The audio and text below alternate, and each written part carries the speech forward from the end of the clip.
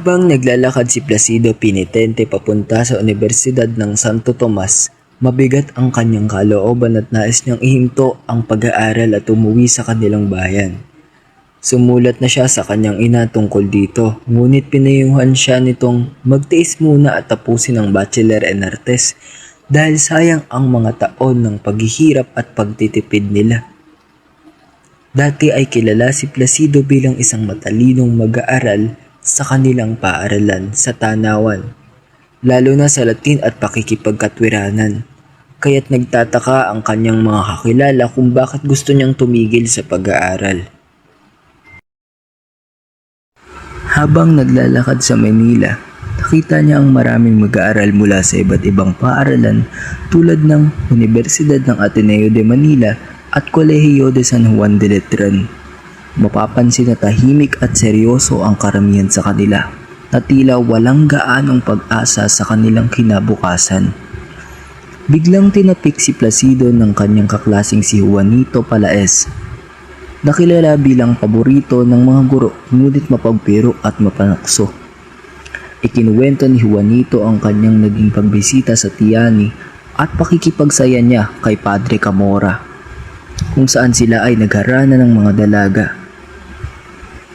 Ikinuwento rin niya na may isang babaeng nililigawan si Basilio ngunit hindi raw marunong magkastila at dati pang naging alila kaya't kinutya niya ito.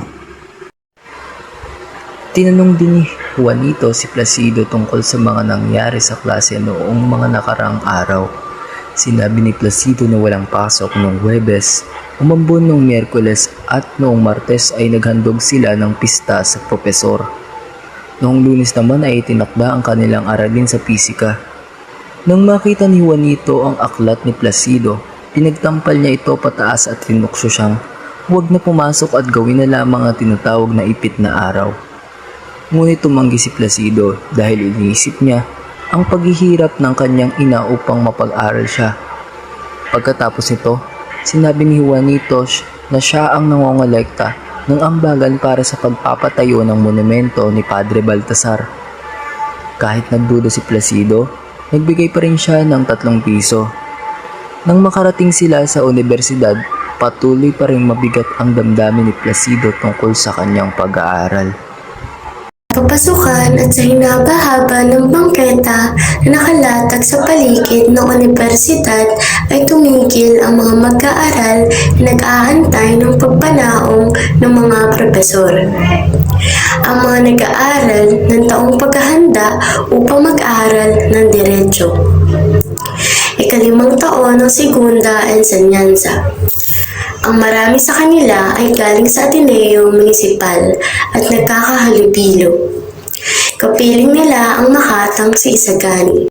Sa isang pulutong ay nagtatalo-talo at nagkakatwiranan tungkol sa mga sinabi ng propesor at sa mga aklat. Ang iba naman ay nag-uusap habang pinagmamasdan ang mga taong dumaraan patungo sa simbahan. Kung minsan ay isang sasakyan ang hihinto sa tabi ng pintuan upang maghatid ng mga dadalaw sa simbahan. Ang mga mata ng manonood ay handang tanawin ang mga bumababa sa sasakyan. Ngunit isang sasakyan ang huminto sa pintuan. Ang magkapares na kabayong puti ay kilalang kilala. Iyon ang sasakyan ni Paulita Gomez na nakalundag na agad sa lupa. Sa isang matuling sulyap ay nakita si Isagani. Pumatit ngumiti. Bumaba naman si Doña Victorina. Nakita si Juanito Pelaez. Ngumitit binati ito ng magiliw. Si Isagani ay sumagot ng bating may takot na namumula dahil sa likod. Si Juanito ay nagpakayuko-yuko, nag-alis ng sombrero.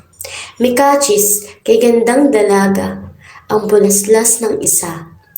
Sabihin ninyo sa guro na ako'y malubha.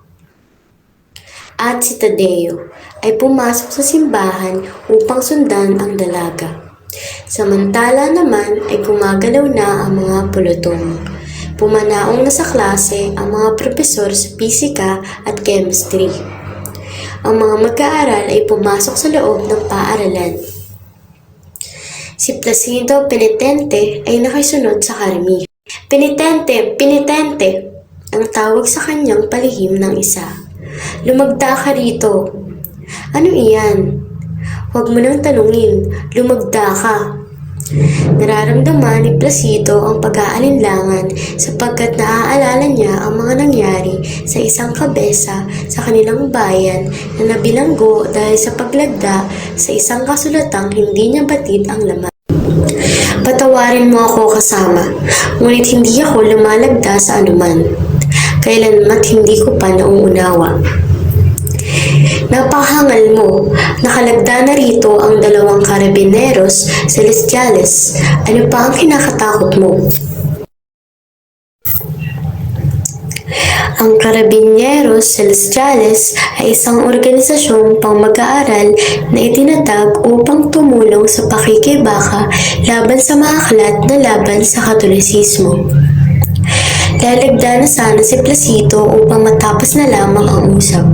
Ngunit nagsabi, pagkatapos na ng klase, gusto ko munang mabasa. Napakahaba, alam mo ba? Ang layon ay upang gumawa ng isang kahilingang laban. Sa tuwid na sabi, isang tutol.